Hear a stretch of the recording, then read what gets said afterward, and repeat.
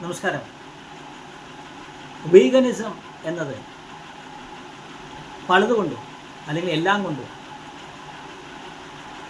അന്താരാഷ്ട്ര തലത്തിൽ കായിക താരങ്ങളും ചലച്ചിത്ര താരങ്ങളും അടക്കമുള്ളവർ മുന്നോട്ട് വയ്ക്കുന്ന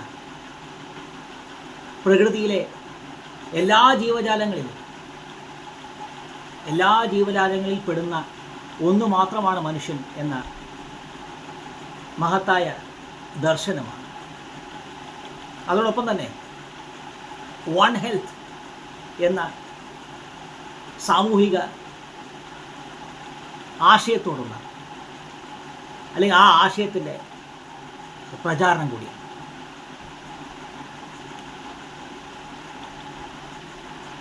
അവിടെയാണ് അണുബാധകളുടെ അല്ലെങ്കിൽ അണുബാധയുടെ വാഹകരായ പന്നിയും എലിയുമടക്കം വർജിക്കേണ്ടുന്ന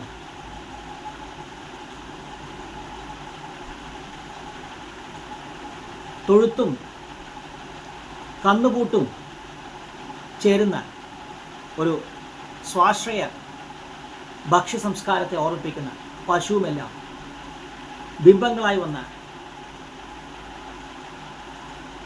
ഒരു നിർമ്മിത ആശയം നമ്മുടെ മുമ്പിലെത്തുന്നു. അംഗസംഖ്യയുമായി ബന്ധപ്പെട്ട് നിൽക്കുന്ന ലൈംഗിക ന്യൂനപക്ഷങ്ങളുടെയും സ്വർഗവിവാഹക്കാരുടെയും എല്ലാം ആശയങ്ങളും അല്ലെങ്കിൽ അവരുടെയെല്ലാം അസ്തിത്വവും വലിയ രീതിയിൽ ചോദ്യം ചെയ്യപ്പെടാൻ പോകുന്ന അല്ലെങ്കിൽ ചോദ്യം ചെയ്യപ്പെട്ടുകൊണ്ടിരിക്കുന്ന സാംസ്കാരിക ഐക്യവുമെല്ലാം നമ്മുടെ ഒരു ചർച്ചയാവും.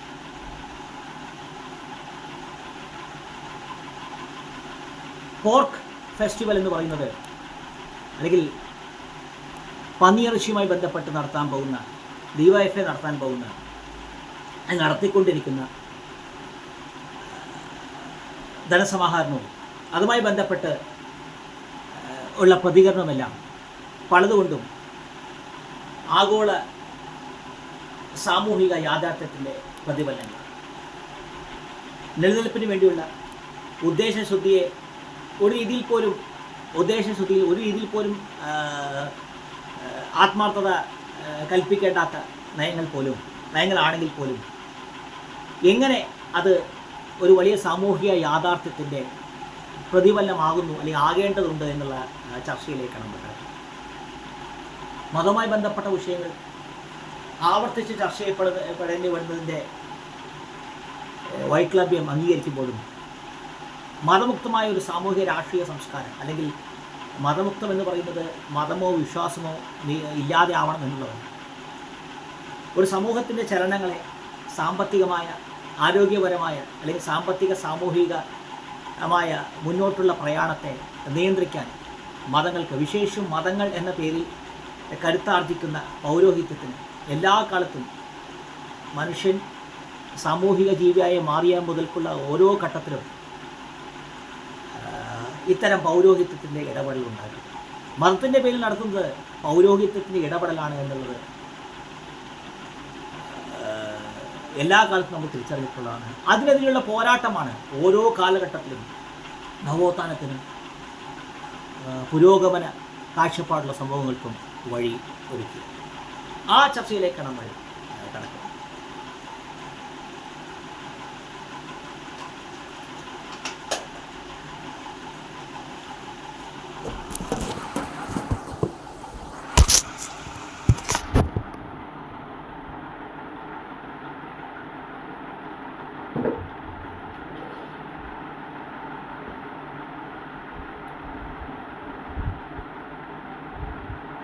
ദേശീയ തലത്തിൽ CPIMൻ്റെ ഇടിയുന്ന പ്രസക്തിയും കേരളത്തിലെ BJPയുടെ ഉയരുന്ന പ്രശസ്തിയും ചേർത്ത് വായിക്കുമ്പോൾ നമുക്കുറപ്പാണ് CPIMൻ്റെ രാഷ്ട്രീയമാണ് ഇവിടെ അനാവരണം ചെയ്യപ്പെടുന്നത്.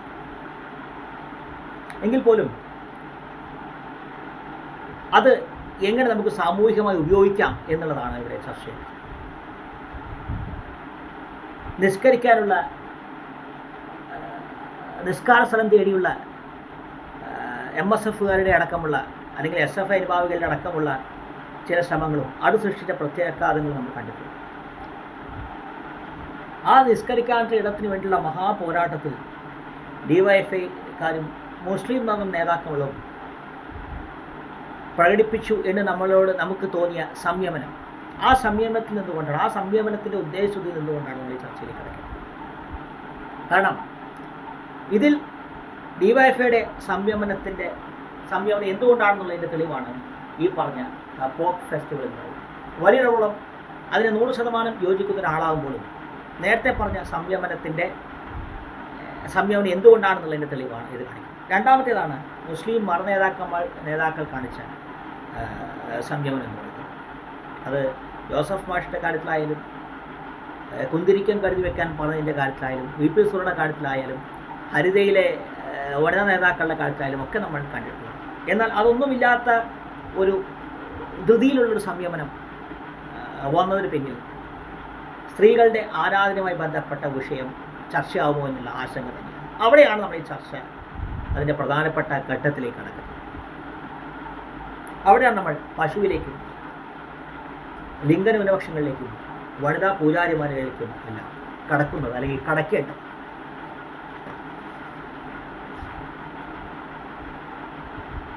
കാരണം മതേതരത്തെക്കുറിച്ചും പുരോഗമന ചിന്താഗതിയെക്കുറിച്ചും സംസാരിക്കാൻ അവകാശം നഷ്ടപ്പെട്ട ഒരു കൂട്ടമാണ് CPM. അതുകൊണ്ട് തന്നെയാണ് ശബരിമലയിലെ ഇടപെടൽ BJPയെ മുന്നോട്ട് കൊണ്ടുവരിക മാത്രമല്ല ചെയ്തത്, ഒരു വലിയൊരു സാമൂഹിക വിപ്ലവത്തെ പുറകോട്ടടിക്കുകയാണ് ചെയ്തതെന്നുള്ള അനുമാനത്തിലേക്ക് നമ്മൾ മുമ്പൊരു വീഡിയോയിൽ എത്തി. കാരണം തിരഞ്ഞെടുപ്പും അതുമായി ബന്ധപ്പെട്ട കേരളത്തിലുടന്ന സാമൂഹിക സമവാക്യങ്ങളും കമ്മ്യൂണിസ്റ്റ് പാർട്ടിയുടെ അടിസ്ഥാന വോട്ട് ബേസുകളെന്നോ അല്ലെങ്കിൽ കോട്ടകളെന്നോ പറയാവുന്ന മണ്ഡലങ്ങളിൽ BJP നടത്തിയ മുന്നേറ്റവും ഇന്ത്യയിൽ തന്നെ ഏറ്റവും ദുർബലമായ നേതൃനിരയുള്ളത് കൊണ്ട് മാത്രം BJPയുടെ വോട്ടുകൾ 20% ഒതുങ്ങിയതും, മണിപ്പൂർ എന്ന വിഷയം ഉണ്ടായില്ലായിരുന്നുവെങ്കിൽ, അല്ലെങ്കിൽ ഉത്തരേന്ത്യയിലെ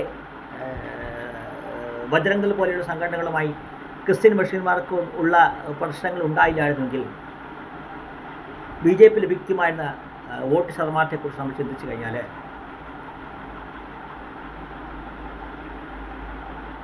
നിലനിൽപ്പ് നേടുന്ന കമ്മ്യൂണിസ്റ്റ് പ്രസ്ഥാനത്തിന് പാകം ചെയ്തെടുത്ത പന്നി ഏറ്റവും സ്വാദുള്ളതായി മാറാതെ വഴിയില്ല. എങ്കിൽ പോലും നമ്മളത് എങ്ങനെ വലിയൊരു അവസരമായി നമ്മൾ കാണണം എന്നൊരു ചർച്ചയിലേക്കാണ് ഇവിടെ കടക്കുന്നത്. കാരണം മുസ്ലിം യാഥാസ്ഥികത്വത്തെ എതിർക്കാൻ CPM തയ്യാറാവുമ്പോൾ മതവും തീവ്രദേശീയതയും ചേരുന്ന ലിംഗന്യൂനപക്ഷങ്ങളും സ്ത്രീകളുടെ അവകാശങ്ങളും വെല്ലുവിളികൾ നേരിടാൻ പോകുന്ന ഒരു വലിയ വലതുപക്ഷത്തിനാണ് അത് വെല്ലുവിളിയാവും. കാരണം അവിടെ CPM പറയുന്നത് കേൾക്കാൻ, അല്ലെങ്കിൽ CPMനോട് പറയാൻ തയ്യാറായി VP സുഹറയും നർഗീസ് മുഹമ്മദും എല്ലാം എത്തുകയാണ്. അവർക്ക് കേൾവിക്കാരും ആണ് ഇല്ലാതെ പോയത്. ആ കേൾവിക്കാരെയാണ് CPM ലഭിക്കുന്നത്, അവർക്ക് ലഭിക്കുന്നത്. കാരണം ശബരിമലയിൽ സ്ത്രീകൾ പ്രവേശിച്ചാൽ മാത്രം പോരാ, സ്ത്രീകൾ ഹൈന്ദവ ആരാധനാലയങ്ങൾ യഥാർത്ഥത്തിൽ നേരിടുന്നത് അവിടെ ജനിതക സവിശേഷതകളുള്ള വെല്ലുവിളിയാണ് എന്നുള്ള യാഥാർത്ഥ്യത്തിലേക്ക് ഹിന്ദു സമൂഹത്തെ എത്താൻ കഴിയണമെങ്കിൽ ഇസ്ലാമിക തീവ്രവാദവുമായി ബന്ധപ്പെട്ട വിഷയങ്ങളിൽ കമ്മ്യൂണിസ്റ്റ് പാർട്ടി വളരെ ശക്തമായ നിലപാടുകൾ എടുക്കേണ്ടിയിരിക്കുന്നു. ആ നിലപാടുകൾ എടുക്കാൻ വലിയൊരു പരാജയവും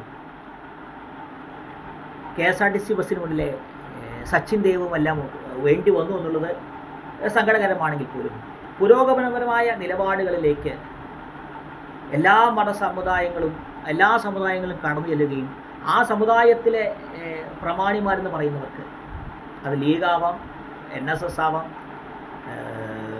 പാലാ ബിഷപ്പാവാം, തലശ്ശേരി ബിഷപ്പാവാം, ആർക്കായാലും ഒരു രീതിയിലും ഒരു സ്വാധീനവും സമൂഹത്തിൽ ചെലുത്താൻ കഴിയാത്ത ഒരു സാഹചര്യം അപ്പോൾ മാത്രമാണ് ഉരുത്തിരിഞ്ഞു വരിക. കാരണം ചിദാനന്ദപുരിയും സായി ദീപക്കും ശ്രീജിത്ത് പണിക്കരുമെല്ലാം കേരളത്തിൽ സ്ഥാപിക്കാൻ പോകുന്നത് ഒരു ഹൈന്ദവ താലിബാനാണ് എന്ന തിരിച്ചറിവിലേക്ക് ഹിന്ദു സമൂഹം എത്തണമെങ്കിൽ സദ്ദാം ഹുസൈന് വേണ്ടിയുള്ള ഹർത്താലും അബ്ദുൽ നാസർ മദനിക്ക് വേണ്ടിയുള്ള സ്വീകരണവും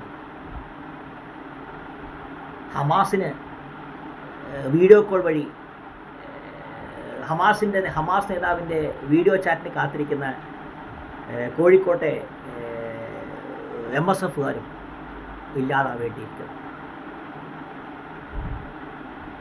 കാരണം പൗരോഹിത്യത്തോട് പോരാടി എത്തിയ വിദേശ വനിതകൾ നേതൃത്വം നൽകിയ ആശ്രമങ്ങളാണ് ഹിന്ദു സമൂഹത്തിനും ഇന്ത്യക്കും വേണ്ടി ഏറ്റവും ചുരുങ്ങിയത് ഇന്ത്യക്ക് സ്വാതന്ത്ര്യം ലഭിക്കുന്നതുവരെ സംസാരിച്ചത്. വിവേകാനന്ദൻ്റെ BJP എല്ലാ കാലത്തും സ്വന്തമാക്കാൻ ശ്രമിക്കുന്ന വിവേകാനന്ദൻ്റെ ആശ്രമത്തിലെ പ്രധാനപ്പെട്ട അന്തേവാസി ആരായിരുന്നു എന്നുള്ള ചർച്ചയിലേക്ക് നമ്മൾ അവിടെയാണ് ചെന്നത്. എന്തുകൊണ്ടാണ് എത്തുന്നത്? കാരണം യൂറോപ്പിൻ്റെ ചരിത്രം എന്ന് പറയുന്നത് പൗരോഹിത്യത്തോടുള്ള പോരാട്ടമാണ്. സ്വന്തം രാജ്യത്തിൻ്റെ സാമ്രാജ്യത്വ താല്പര്യങ്ങളുള്ള പോരാട്ടമാണ്. അവിടെയാണ് ലോകമേ തറവാട് എന്ന രീതിയിൽ ഹിമാലയ സാനുക്കളിൽ പാമ്പും പുലിയുമെല്ലാം സഹജീവികളാവുന്ന ഒരു ആശ്രമ സംസ്കാരത്തെക്കുറിച്ച് അറിയാനും ആ ആശ്രമ സംസ്കാരത്തിൽ ആകർഷകരാകുന്ന പാശ്ചാത്യരും എത്തി. അവിടെയാണ് നമ്മൾ ഈ പറഞ്ഞ സിദ്ധാന്തപുരിയിലേക്കും സായി ദീപത്തിലേക്കും ഒക്കെ എത്തുന്നത്. അവരങ്ങനെ എത്താതിരിക്കണമെങ്കിൽ സാക്കിർ നായിക്കിൽ നിന്നും സാക്കിർ നായിക്കിനെയും സായി ദീപക്കിനെയും സിദ്ധാന്തപുരിയല്ല എന്താണ് വേർതിരിക്കുന്നത് ഒന്നും വേർതിരിക്കുന്നില്ലല്ലോ എന്ന് തിരിച്ചറിയാൻ അഭയ കേസിലെ പ്രതിയായ ഫാദർ നിഷ്കളങ്കനാണ് എന്ന് സ്ഥാപിക്കാൻ ആളുകൾ എത്താതിരിക്കണമെങ്കിൽ ഇത്തരം കഴുകി വൃത്തിയാക്കിയ പന്നിയുടെ മാംസം നമുക്ക് ആവശ്യമാണ്. അത് ആ തിരിച്ചറിവ് നമ്മൾ എത്തിയെത്തി. ഇപ്പോൾ തന്നെ ദേശീയ പുരസ്കാരമായി കാതൽ സിനിമയുമായി ബന്ധപ്പെട്ട KCBCയുടെ പ്രതികരണം തന്നെ ലോകമെമ്പാടും സംഭവിച്ചുകൊണ്ടിരിക്കുന്ന വലതുപക്ഷവൽക്കരണത്തിനും ആ വലതുപക്ഷവൽക്കരണത്തിൽ ലഭിക്കുന്ന കേൾവിക്കാരുടെയും പ്രാധാന്യമാണ് കാണിക്കുന്നത്. വിഘടനവാദികളായ ആളുകൾക്ക് വിഘടന ആശയങ്ങൾക്ക് ദേശീയ തലത്തിലും സംസ്ഥാന തലത്തിലും ലഭിക്കുന്ന പ്രാധാന്യം, മണിപ്പൂരടക്കമുള്ള വിഷയങ്ങൾ ഉയർത്തിക്കാട്ടി ഉള്ളതുകൊണ്ട് തിരഞ്ഞെടുപ്പിൽ വലിയ തിരിച്ചടി നേരിട്ട നരേന്ദ്രമോദിയെപ്പോലൊരാൾ ഭരിക്കുന്ന ഘട്ടത്തിലാണ് തങ്ങളുടെ വലിയ രീതിയിലുള്ള പിന്നോക്ക ചിന്തകൾക്ക് വേണ്ടി വാദിക്കാൻ KCBC കഴിയും. ആ KCBC അത് പറയുന്നത് പിണറായി വിജയൻ എന്ന് പറയുന്ന വ്യക്തി ഭരിക്കുന്ന ഒരു സംസ്ഥാനത്താണെന്നുള്ളതാണ്. അതിനേക്കാൾ വലിയ ആശ്ചര്യമാണ്. മതേതരത്വത്തിൻ്റെ പേരിൽ മതം ഉപയോഗിച്ച് സമൂഹത്തിൽ ഭിന്നിപ്പ് സൃഷ്ടിക്കുന്ന ഒരു മുഖ്യമന്ത്രിയുടെ തട്ടകത്തിൽ ഇരുന്നുകൊണ്ടാണ് ബജ്രംഗ് ദളിനോടും ഹനുമൻ സേനയോടുമെല്ലാം തങ്ങൾ പോരാടുന്നു എന്ന് അല്ലെങ്കിൽ പോരാടണം എന്ന് പറയുന്ന ഒരു സംവിധാനം ഇത്തരം ഒരു പിന്നോക്ക ആശയത്തെ കുറിച്ച് പ്രതിപാദിക്കുന്നു. അല്ലെങ്കിൽ ആ ആശയത്തിൻ്റെ പ്രചാരകരായിട്ട് പൊതുസമൂഹത്തിന് മുന്നിൽ എത്തുന്നു. അതിന് അവർക്ക് ലഭിക്കുന്ന ധൈര്യത്തെയാണ് നേരത്തെ പറഞ്ഞ പന്നിയുടെ മാംസം ചോദ്യം ചെയ്യുന്നത്.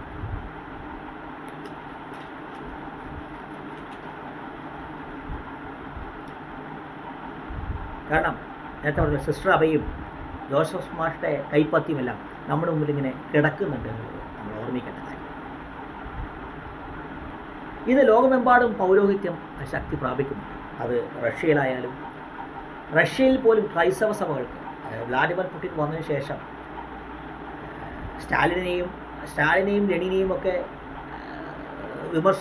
വിമർശിക്കുന്നത് തെറ്റാണെന്ന് പറയുന്ന പുടിൻ ക്രൈസ്തവ സഭകളെ ഉപയോഗിക്കുന്നു എന്നുള്ളത് വലിയ വൈരുദ്ധ്യമാണ്. ഒരുപക്ഷെ സ്റ്റാലിൻ്റെ കാലത്ത് അല്ലെങ്കിൽ കമ്മ്യൂണിസ്റ്റ് ഭരണത്തിൻ്റെ കീഴിൽ ഏറ്റവും അധികം തിരിച്ചടി നേരിട്ട അല്ലെങ്കിൽ ഏറ്റവും അധികം യാതനകൾ അനുഭവിച്ചു എന്ന് നമുക്ക് പറയാവുന്ന ഒരു സംവിധാനമാണ്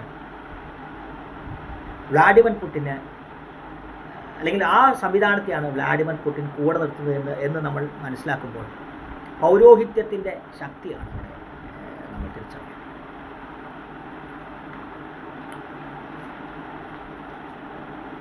അത് എന്തുകൊണ്ട് ലോകം ചർച്ച ചെയ്യുന്നില്ല എന്നും അത് എന്തുകൊണ്ട് ലോകം മനസ്സിലാക്കുന്നില്ല എന്നും ചോദിച്ചു കഴിഞ്ഞാൽ അവിടെയാണ് നേരത്തെ പറഞ്ഞ ഇടതുപക്ഷവൽക്കരണം എന്നത് ഇടത് ഇസ്ലാമിസമായി മാറുന്നത് നമ്മൾ കാണും. അത് ജെറമി കോർബിനാവാം, അല്ലെങ്കിൽ പിണറായി വിജയനാവാം, രാഹുൽ ഗാന്ധിയാവാം. ഈ വലതുപക്ഷവൽക്കരണത്തെ പ്രത്യക്ഷമായും പരോക്ഷമായും അത് ഇന്ധനം പകരുന്നത് ഇവരാണ്. ഇത് നമ്മൾ മറ്റൊരു വീഡിയോ ചർച്ച ചെയ്തു. കാരണം ദളിതനും സ്ത്രീയും ഇതര മതക്കാരും നിരീശ്വരവാദിയും വിഹരിക്കുന്ന ആരാധനാലയങ്ങൾ ഉണ്ടാവണമെങ്കിൽ നിങ്ങൾ അവരുടെ കാര്യത്തിൽ ഒന്നും പറയുന്നില്ലല്ലോ എന്നുള്ള, ഞങ്ങളുടെ കാര്യത്തിൽ മാത്രം ഇടപെടുന്നുള്ളല്ലോ എന്നുള്ള ധാരണ ഹൈന്ദവ ക്രൈസ്തവ സമൂഹങ്ങളിൽ ഉണ്ടാവാതിരിക്കണം. കാസയും RSSും എല്ലാം അത്തരം ചോദ്യങ്ങളിൽ, അത്തരം സംശയങ്ങളുടെ അത്തരം സംശയങ്ങളിൽ നിന്ന്, ചോദ്യങ്ങളിൽ നിന്ന് കൊണ്ടെടുക്കുന്നത്. അതാണ് ഇവിടെ ഈ പോപ്പ് ഫെസ്റ്റിവലുമായി ബന്ധപ്പെട്ട് ആ വിഷയമാണ് നമ്മൾ മനസ്സിലാക്കുക. ആ ചോദ്യത്തിലുള്ള ഉത്തരമാണ്. അങ്ങനെ അത്തരം ഒരു ചിന്തകളിലേക്ക് ആളുകൾ കടക്കാതിരിക്കാനുള്ള ആദ്യത്തെ പടിയായിട്ട് നമുക്കിതിനെ കാണാം.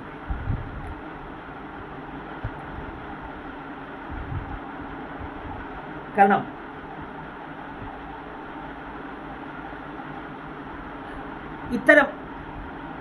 ഇത്തരം ചർച്ചകൾ ഉണ്ടാവണമെങ്കിൽ നേരത്തെ പറഞ്ഞ ചോദ്യം ഇല്ലാതിരിക്കുന്ന ഒരു സാഹചര്യം ഉണ്ടാകും. അവിടെയാണ് നേരത്തെ പറഞ്ഞ മാധ്യമങ്ങളും നിക്ഷിപ്ത താല്പര്യമില്ലാത്ത രാഷ്ട്രീയ പ്രസ്ഥാനങ്ങളും ഉയർന്നു വരുന്നത്. VP സുഹറയും ഹമീദ് ചേന്നമംഗലൂരും ആരിഫ് ഹുസൈനും ജാമിരിയുമെല്ലാം കേരളത്തിലെ ചാനലുകളിലും സാംസ്കാരിക വേദികളിലും എന്തുകൊണ്ട് ഇടം കിട്ടുന്നില്ല എന്നുള്ള ചോദ്യം, ആ ചോദ്യത്തിലുള്ള ഉത്തരം പറയാൻ കമ്മ്യൂണിസ്റ്റ് പാർട്ടിക്ക് കഴിയണമെങ്കിൽ ഇത്തരം ചർച്ചകൾ, ഇത്തരം നടപടികൾ ഉണ്ടാവേണ്ടത്. അത് നിലനിൽപ്പിന് വേണ്ടിയുള്ള നടപടികളാണ്. നമ്മൾ മുമ്പ് ഒരു വീഡിയോ പറഞ്ഞ പോലെ സച്ചിൻ ദേവിനെ ഷിരൂരിലേക്ക് അയക്കുന്നതും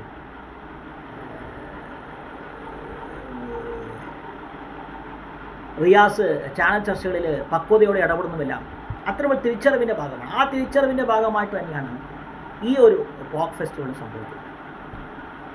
RSSന് പശുവിൻ്റെ പേരിൽ നടത്തുന്ന ആക്രമണങ്ങളെ ന്യായീകരിക്കാൻ കഴിയാത്ത സാഹചര്യം ഉണ്ടാവണമെങ്കിൽ ഈ പോപ്പ് ഫെസ്റ്റിവലിന് ഒരു തുടർച്ചയുണ്ടാകും. അത് ഫെസ്റ്റിവലുകളോ ഉത്സവങ്ങളോ ആഘോഷങ്ങളോ നടത്തിയുള്ള തുടർച്ചയാണ്. കൃത്യമായ ഇടപെടലിലൂടെ നടത്തുന്ന ചർച്ചയാണ്. കൃത്യമായ നടപടികളിലൂടെ, കൃത്യമായ ഇടപെടലുകളിലൂടെ ഉണ്ടാവേണ്ട ഒരു വിശ്വാസമാണ്. അവരുടെ വിഷയത്തിൽ ഇടപെടുന്നുണ്ട്, അപ്പോൾ ഈ വിഷയത്തിൽ ഇടപെട്ടാൽ അവർ ആ വിഷയത്തിൽ ഇടപെടുന്നുണ്ട്, അപ്പോൾ ഈ വിഷയത്തിൽ അവർക്ക് ഇടപെടാനുള്ള അവകാശമുണ്ട് എന്നുള്ള ധാരണയിലേക്ക് എത്തിയാൽ മാത്രമാണ് ശബരിമലയിൽ സ്ത്രീ പ്രവേശനം സാധ്യമാകുന്നത്.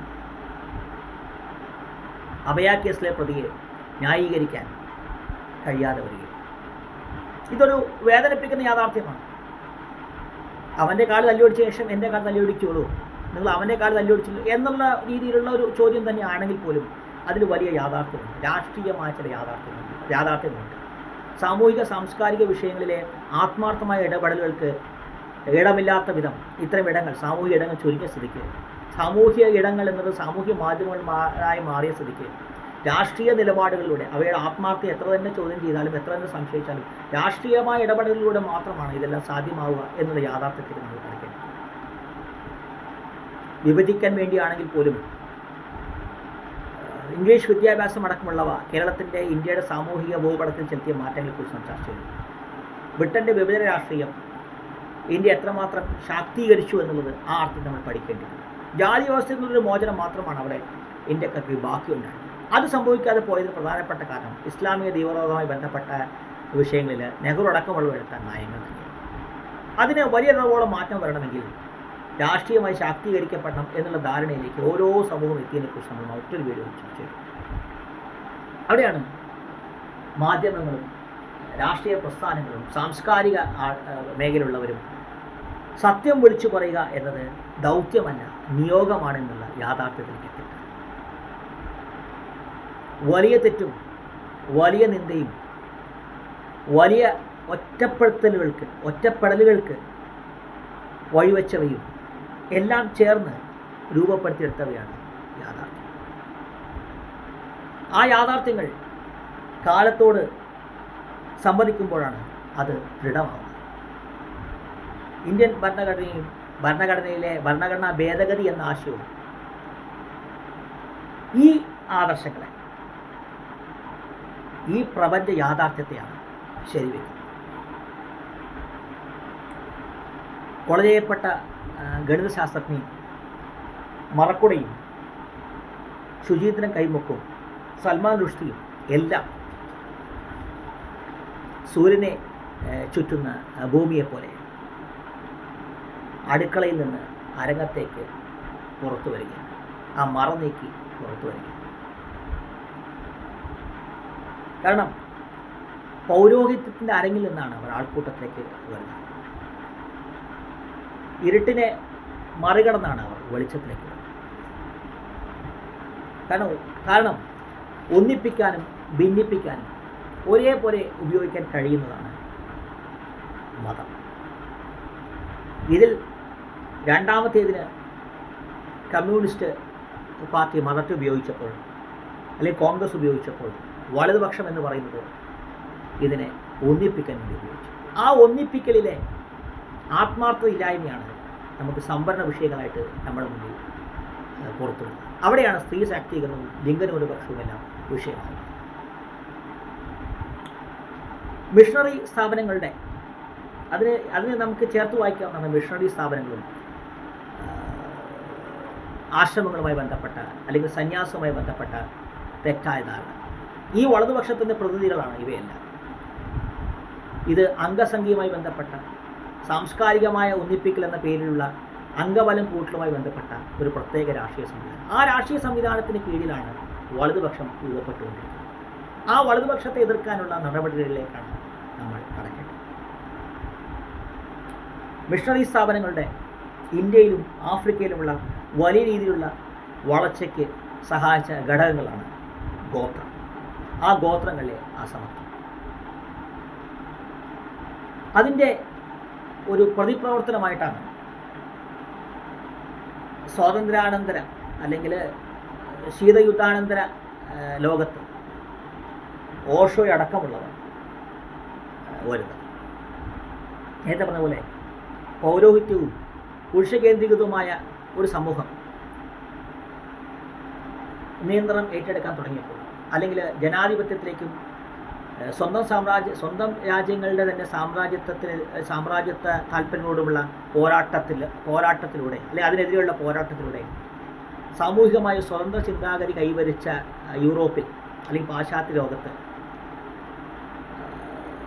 ഇത്തരം സ്വതന്ത്രമായ ആശയങ്ങളുള്ള ഒരു താല്പര്യം വലിയ രീതിയിലുണ്ടായി. നേരത്തെ പറഞ്ഞ വിവേകാനന്ദൻ്റെ ആശ്രമങ്ങളിൽ എത്തിയവർ അടക്കമുള്ളവർ, അല്ലെങ്കിൽ ഓഷോയുടെ ആശ്രമത്തിലടക്കം എത്തിയുള്ളവർ അതിൻ്റെ തെളിവാണ്, അല്ലെങ്കിൽ അതിൻ്റെ ചിത്രങ്ങളാണ് നമുക്ക് നൽകുന്നത്.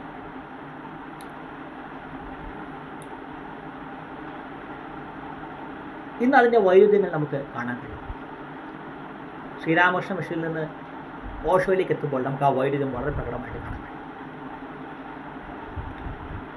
അവിടെ അംഗസംഖ്യയും ജനസംഖ്യയുമായി ബന്ധപ്പെട്ട പുതിയ രാഷ്ട്രീയം രൂപപ്പെടുകയാണ്. ആ രാഷ്ട്രീയത്തെ സൃഷ്ടിക്കുന്നതിൽ പ്രധാനപ്പെട്ട പങ്ക് വഹിച്ചതാണ് കുടിയേറ്റം എന്ന് പറയും. അത് നമ്മൾ മറ്റൊരു വീഡിയോ ചർച്ച ചെയ്തു. അവിടെയാണ് നമ്മൾ ചർച്ചയുടെ അവസാന ഘട്ടത്തിലേക്ക് കടക്കുന്നത്. ആശ്രമങ്ങളും സന്യാസിമാരും പൂജാരിമാരും യൂറോപ്യൻ പൗരോഹിത്യത്തിന് സമാനമായി സൃഷ്ടിച്ച ഒരു പുരുഷ കേന്ദ്രീകൃത വ്യവസ്ഥ പുതിയ ലോകം തേടിയുള്ള പാശ്ചാത്യ ലോകത്തിൻ്റെ ഇന്ത്യയിലേക്കുള്ള വരവ് അതുകൊണ്ട് തന്നെ ഏകദേശം ഒരു പതിറ്റാണ്ട് മുമ്പ് നിൽക്കുവാൻ പോവുകയാണ്. അവിടെയാണ് നേരത്തെ പറഞ്ഞ വലതുപക്ഷം രൂപവൽക്കരിക്കപ്പെടുന്നത്.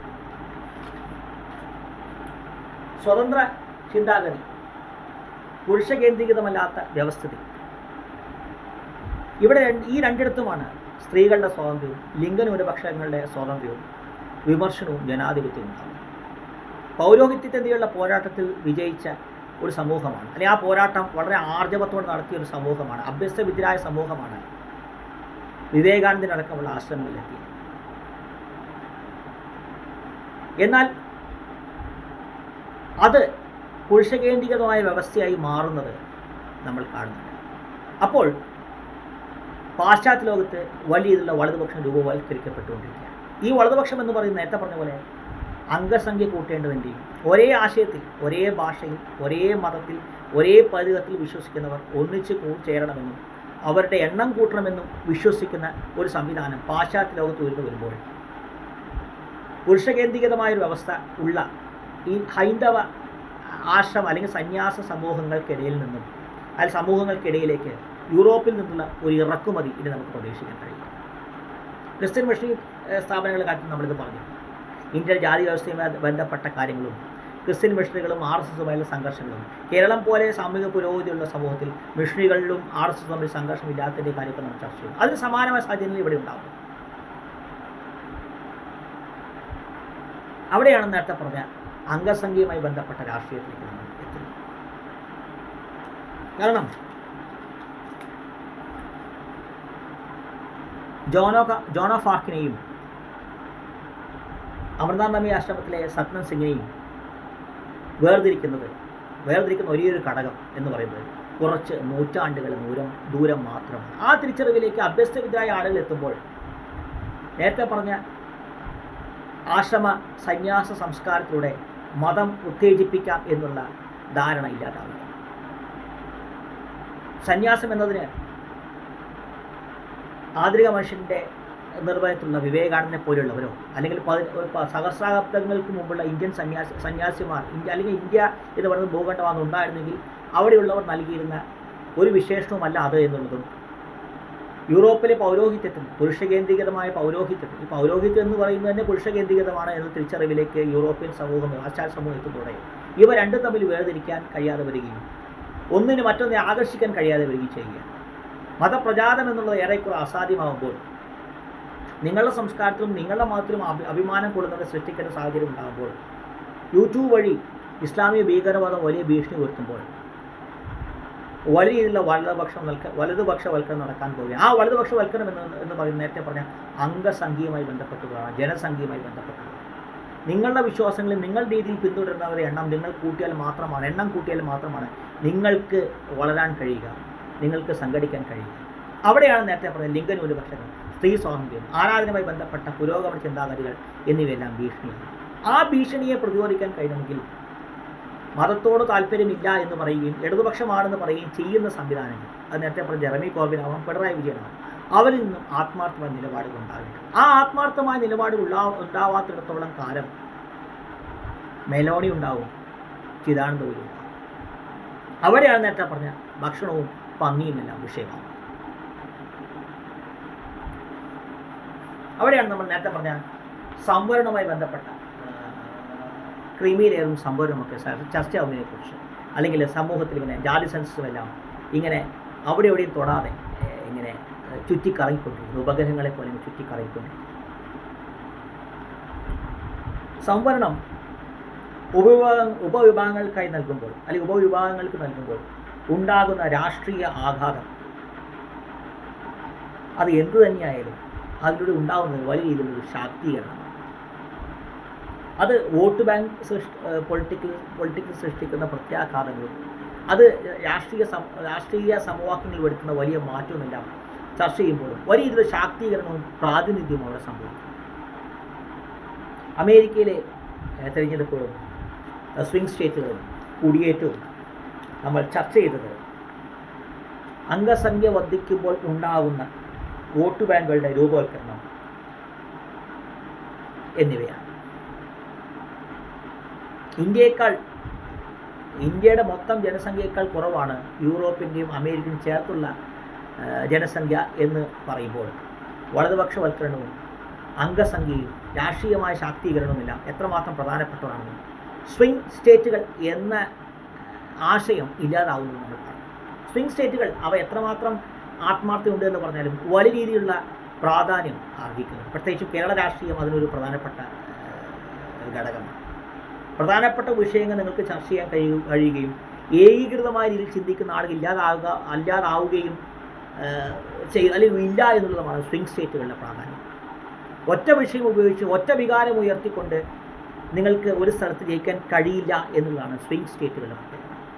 ആ സ്വിംഗ് സ്റ്റേറ്റുകളിൽ ചർച്ച ചെയ്യുന്ന വിഷയങ്ങൾ പലതും ഇടുങ്ങിയതോ അല്ലാത്തോ ആയിരിക്കും. എങ്കിൽ പോലും ഏകീകൃതമായ സ്വഭാവമില്ലെന്നും വൈവിധ്യങ്ങൾ ഉണ്ട് എന്നുള്ളതും അത് വൈവിധ്യങ്ങൾ തന്നെ ആയാൽ പോലും അതിൽ നേരത്തെ പറഞ്ഞ വൈവിധ്യങ്ങൾ ഉണ്ട് എന്നുള്ളതാണ് സ്വിംഗ് സ്റ്റേറ്റുകളുടെ പ്രത്യേകത. ആ സ്വിംഗ് സ്റ്റേറ്റുകൾ എന്ന ആശയമാണ്, അല്ലെങ്കിൽ ആ ജനാധിപത്യ ആശയമാണ് ഇല്ലാതെയാവാൻ പോകുന്നത്. ആ ഏകീകരണമാണ്, ആ അംഗസംഖ്യയുമായി ബന്ധപ്പെട്ട ഏകീകരണമാണ് വലതുപക്ഷവൽക്കരണത്തിൽ നടക്കുന്നത്. അവിടെ നേരത്തെ പറഞ്ഞ അംഗസംഖ്യയുമായി ബന്ധപ്പെട്ട രാഷ്ട്രീയം പൗരോഹിത്യം ഉണ്ടാകുന്നത്. കാരണം യൂട്യൂബ് വഴി തൊഴിലിന് വേണ്ടിയുള്ള കുടിയേറ്റം എന്ന പേരിൽ മതപ്രചാരണത്തിന് പോകുന്ന ഇസ്ലാമിസ്റ്റുകൾ, നമ്മളത് ഒരു വേണ്ടി ചർച്ച ചെയ്യുന്നു. അമേരിക്കയിലെ സെപ്റ്റംബർ 11 അറ്റാക്കും അതിനുശേഷം യൂട്യൂബ് വഴിയുള്ള മതപ്രചാരണവും ഇസ്ലാമിക ഭീകരവാദത്തിൻ്റെ പ്രചാരണവും അത് സൃഷ്ടിക്കുന്ന വലതുപക്ഷത്തിൽ നിന്ന് നമ്മൾ ചർച്ച ചെയ്തു. അപ്പോൾ അതിലേക്ക് നമ്മൾ കടക്കുന്നു. അത് അംഗസംഖ്യയുമായി ബന്ധപ്പെട്ട പുതിയ ചിന്ത, പുരോഗമന സംവിധാനങ്ങൾ ഉണ്ടാക്കും. നേരത്തെ പറഞ്ഞ ആ പുരോഗമന സംവിധാനങ്ങളാണ് കഥകളി പഠിക്കാനും ആശ്രമങ്ങൾ കാണാനുമെല്ലാം പാശ്ചാത്യ രാജ്യങ്ങളിൽ നിന്ന് ഇന്ത്യയിലെത്തി. ആ പാശ്ചാത്യ രാജ്യത്തിൽ നിന്ന് എത്തിയിരുന്നവരെയാണ് ബീഫ് ഉണ്ടാക്കരുതെന്നും പെൺകുട്ടികൾ ഒറ്റയ്ക്ക് പുറത്തു പോകുമെന്ന് പറഞ്ഞുകൊണ്ട് നേരത്തെ പറഞ്ഞ ഹനുമാൻ്റെ പേരിൽ ചരട് കെട്ടി നടക്കുന്നവർ എതിർക്കുന്നു. ആ ചരട് കെട്ടി നടത്തുന്നവരെ നിങ്ങൾ എൻ്റെ വീട്ടിലേക്ക് വരണ്ട എന്ന് പറയാൻ കഴിയണമെങ്കിൽ ഞങ്ങൾ ബീഫിനെ മാത്രമല്ല പന്നിയെ പാകം ചെയ്ത് തിന്നും എന്ന് പറയാൻ കഴിയുന്ന ഒരു ഇടതുപക്ഷം ഇവിടെ ഉണ്ടാകും. ആ ഇടതുപക്ഷത്തേക്കുള്ള യാത്രയാണ് CPM ആരംഭിക്കുന്നത്. ആ യാത്രയാണ് കോൺഗ്രസ് ഏറ്റെടുക്കുന്നത്. കാരണം നേരത്തെ പറഞ്ഞ അംഗസംഖ്യയുമായി ബന്ധപ്പെട്ട ഒരു രാഷ്ട്രീയം രൂപീകരിക്കപ്പെടുമ്പോൾ ലിംഗന്യൂനപക്ഷങ്ങൾ, സ്വർഗവിവാഹം, സ്ത്രീകളുടെ അവകാശം അതെല്ലാം വലിയ വിഷയമാവുക. നിരീശ്വരവാദികളുടെ കാര്യമായാലും സമൂഹത്തിൻ്റെ മൊത്തം ചിന്തയിൽ നിന്ന് വേറിട്ട രീതിയിൽ ചിന്തിക്കുന്നവരായാലും അവരെല്ലാം ന്യൂനപക്ഷങ്ങളാവുകയാണ്. അവിടെ ഒരു പ്രത്യേക രീതിയിൽ ചിന്തിക്കാത്ത ആളുകളെല്ലാം ന്യൂനപക്ഷങ്ങളാവുകയും അവരെല്ലാം ആ വഴിയിലേക്ക് പോകേണ്ടി വരികയും മതത്തിൻ്റെ പേരിൽ അവർ അല്ലെങ്കിൽ ഒരു പ്രത്യേക സംസ്കാരത്തിൽ അവർ ഒന്നിക്കുകയും ചെയ്യുകയാണ്. ഇതിനെയാണ് നമ്മൾ നേരിടേണ്ടത്. കാരണം റഷ്യ, ബ്രസീൽ, ശ്രീലങ്ക ഇവിടെയെല്ലാം ഈ അംഗസംഖ്യാ രാഷ്ട്രീയം രൂപം കൊള്ളുന്നു. ആയുധം കയ്യിലെടുത്ത ബുദ്ധസന്യാസിയും തലപ്പാവിൽ അഭിമാനം കൊണ്ട സിഖുകാരനെല്ലാം രോമാഞ്ചം നൽകുന്ന ചിത്രമാകുന്നത് അതുകൊണ്ടാണ്. ഇവയെല്ലാം നേരത്തെ പറഞ്ഞ ബിംബങ്ങളാണ്. വലതുപക്ഷവൽക്കരണം എന്ന് പറയുന്നത് അംഗസംഖ്യയുടെ രാഷ്ട്രീയമാണ്, ജനസംഖ്യയുടെ രാഷ്ട്രീയം. ജാതി സെൻസസ് ആയാലും എല്ലാം തിരഞ്ഞെടുക്കപ്പെട്ട ഭരണകൂടം നടപ്പിൽ വരുത്താൻ മടിക്കുകയും അതിനെ എതിർക്കാൻ പ്രതിപക്ഷം ഭയക്കുകയും യൂണിയൻ സിവിൽ കോഡ് അടക്കമുള്ള പുരോഗമന ആശയങ്ങളെ എതിർക്കുകയും ചെയ്യുന്ന ഒരു സാഹചര്യം നമ്മൾ കാണുന്നു. ഇതെല്ലാം നമ്മളോട് കാണിക്കുന്നത് അംഗസംഖ്യ രാഷ്ട്രീയമാണ്, അംഗബലത്തിൻ്റെ രാഷ്ട്രീയമാണ്. ഒരേ രീതിയിൽ ഒരേ ശൈലി ചിന്തിക്കുന്ന ഒരു കൂട്ടം ആളുകൾ ഉണ്ടാകുന്നു. ആ ആളുകളെ ഒന്നിച്ചേർക്കണമെങ്കിൽ മതമോ ഭാഷയോ ഉണ്ടാവേണ്ടിയിരിക്കുന്നു. ഇപ്പോൾ കരുണാനിധിയുടെ പേരിൽ നാണയം ഇറക്കിക്കൊണ്ടാണ് ദ്രാവിഡ രാഷ്ട്രീയത്തിലേക്ക് കടക്കാൻ BJP ശ്രമിക്കുന്നത്. ദേശീയത എന്ന് പറയുന്ന വികാരത്തെ ദ്രാവിഡ ആശയത്തിന് വേണ്ടി ബലി കഴിക്കാൻ തയ്യാറല്ല എന്നുള്ളത് അംഗീകരിക്കാവുന്ന വളരെ അഭിനന്ദനാർഹമായ ഘടകമാണെങ്കിൽ പോലും പ്രാദേശിക രാഷ്ട്രീയം എന്നത് പ്രാദേശികവാദമായി മാറ്റുന്ന ഒരു പറ്റം ആളുകൾക്ക് നൽകുന്ന സ്വീകാര്യത വലിയ രീതിയിൽ ചോദ്യം ചെയ്യപ്പെടേണ്ടതാണ്.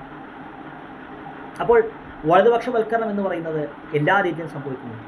അംഗബലം കൂട്ടുന്നു. ആ അംഗബലം കൂട്ടേണ്ട സാഹചര്യം ഉണ്ടാകുമ്പോൾ വേറിട്ട ആശയങ്ങൾക്ക് ഇടമില്ലാതെയാകും. ആ വേറിട്ട ആശയങ്ങൾ നേരത്തെ പറഞ്ഞ പോലെ സ്ത്രീകളുണ്ട്, ആദിവാസികളുണ്ട്, ലിംഗന്യൂനപക്ഷങ്ങളുണ്ട്, നിരീശ്വരവാദികളുണ്ട്, മതത്തെയും അംഗീകരിക്കപ്പെട്ട തിരഞ്ഞെടുക്കപ്പെട്ട സംവിധാനങ്ങളെയും എതിർക്കുന്നവരുണ്ട്. എതിർപ്പും വിയോജിപ്പും ന്യൂനപക്ഷമാവുന്ന ഒരു സംസ്കാരം ഇല്ലാതെ ആവണമെങ്കിൽ എല്ലാത്തിനെയും ഒരേപോലെ കാണുന്ന ഒരു പ്രതിപക്ഷ സംസ്കാരം ഉണ്ടാകും. ആ പ്രതിപക്ഷ സംസ്കാരത്തിൻ്റെ അഭാവമാണ് RSSനെയും കാസയെയും സൃഷ്ടിക്കുന്നത്. SDPIയും ജമാഅത്ത് ഇസ്ലാമിയും എതിർക്കപ്പെടേണ്ടതാണ് എന്ന് പറയാൻ ലീഗിന് കഴിയാത്തത് അതുകൊണ്ട്. വലതുപക്ഷവൽക്കരണം എന്ന് പറയുന്നത് അരികുവൽക്കരണമാകാതിരിക്കണമെങ്കിൽ നമ്മുടെ തീന്മേശയിലേക്ക് പന്നിയും പശുവും ഒരുപോലെ എനിക്ക് വേണ്ട എന്ന് എനിക്ക് പറയാൻ കഴിയും. ക്ഷേത്രത്തിലേക്ക് വരാൻ, ക്ഷേത്രത്തിൽ പൂജ ചെയ്യാൻ സ്ത്രീകൾക്ക് കഴിയണം.